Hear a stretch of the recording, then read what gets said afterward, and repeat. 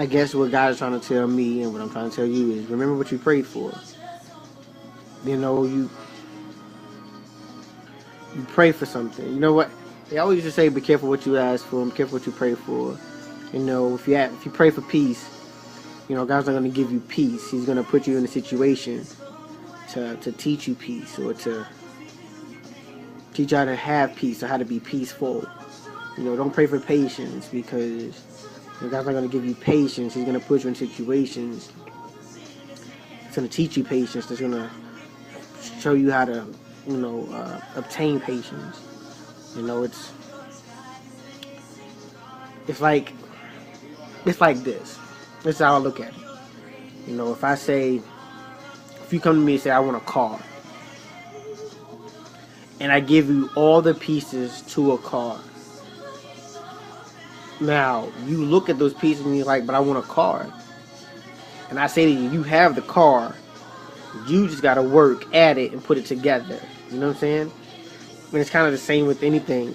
You know, God, I want to be successful. I want to be a millionaire. I want to be able to reach millions. I want to be able to bless people. I want to be able to whatever. You know, I want to be like Bishop Jakes. I want to be like James Fortune. I want to be like Kirk. I want to be like Juanita. I want to be whoever. You know, I want to have a ministry that's as powerful or as impactful or whatever the case is. You know, God doesn't just give it to you. He gives you the pieces. He gives you the tools to obtain that and to reach that goal and to have that thing that it is you want. But you gotta put in the work. You gotta put in the time and the effort and the man hours to say to show you really want it. You know, I always compare it to school. You know, because with school it's like same thing. You know, everybody wants to be a doctor. You want to be a lawyer. You want to be an accountant.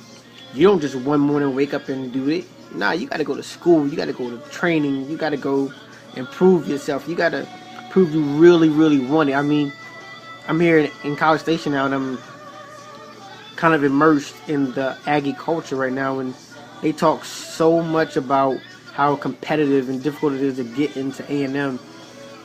But it's because A&M knows that when you get done through that program, you have proven you want it. You have proven that you deserve it. You have proven that you're capable of handling what's next in life. And that's kind of how it is with what you pray for. You know, God's like, why should I just give it to you? You know, you haven't proven that you really want it.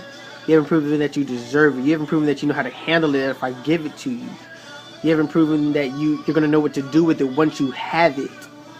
You know, because that's the thing. Like, I tell people all the time, one of the reasons why I don't like mega churches or TV ministries, no offense to anybody who has either, but one reason why it's not for me is because I've seen what people on the road striving to get those have how they have fallen, how they have lost sight of ministry inside of the goal for fame and fortune and television and large ministries.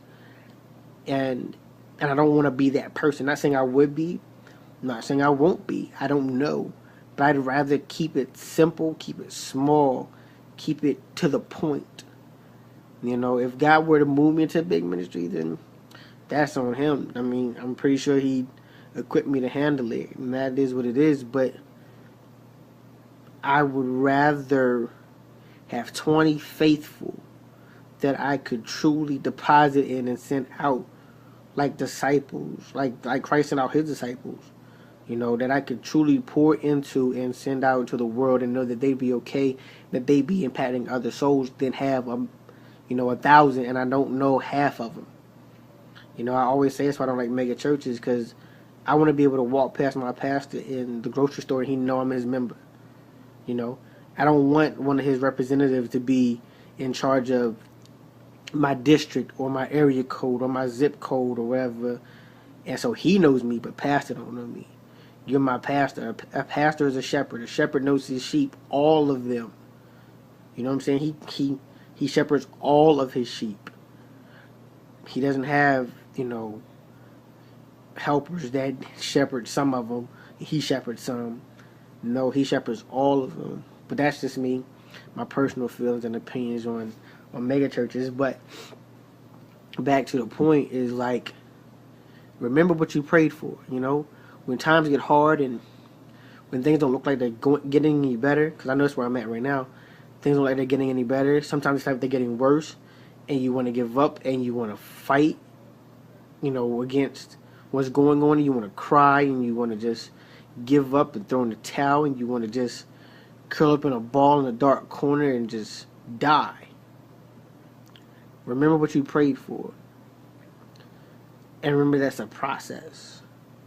Remember that you got to put in the work and the man hours and be determined to fight through whatever to get what it is you prayed for.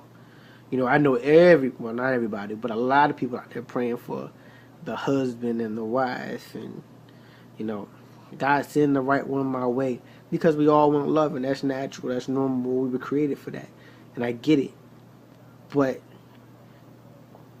again, remember that you've got to go through something to get that. It's not just going to fall into your lap, you know. I always compare relationships to football, because football is my sport. You know, a wide receiver runs the route and the quarterback throws the ball.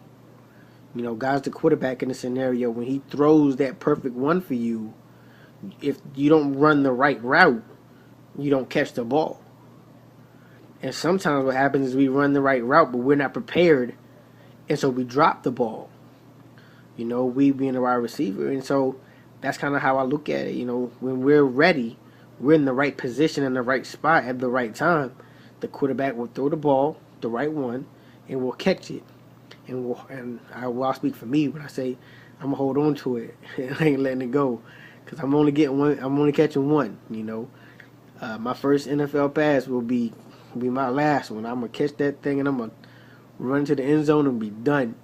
You know, but I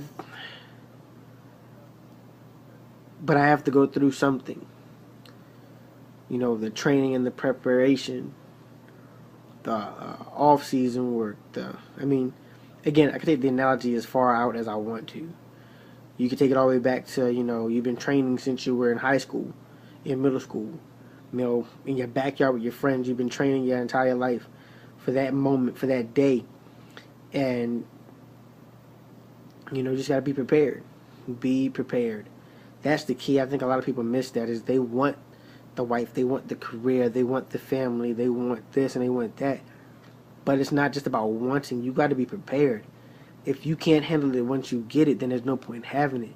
I mean, you look at all these superstars who become millionaires, who talk about they came from nothing and they had to struggle, and they saw their mom struggle, and they saw their moms get beat, this, that, and the third, and then all of a sudden you see them years later talking about they broke. It's because they weren't prepared to handle the fame. They weren't prepared to handle the money. They weren't prepared to handle whatever it was. And I think that's the part that society, church, school, and families aren't teaching right now, is to be prepared. Preparedness, you know, what did they say? If you fail to plan, then you plan to fail, you know, and that all goes back to preparation. You know, a business doesn't start without preparation. It doesn't succeed without being prepared, you know, for the slow months, being prepared for, you know, what's to come in the morning. You know, somebody got to come before the store opens to be prepared for the day. People have to do things at night to be prepared for the next morning. I mean, it's all about preparedness. Christ came to prepare the people, to prepare disciples.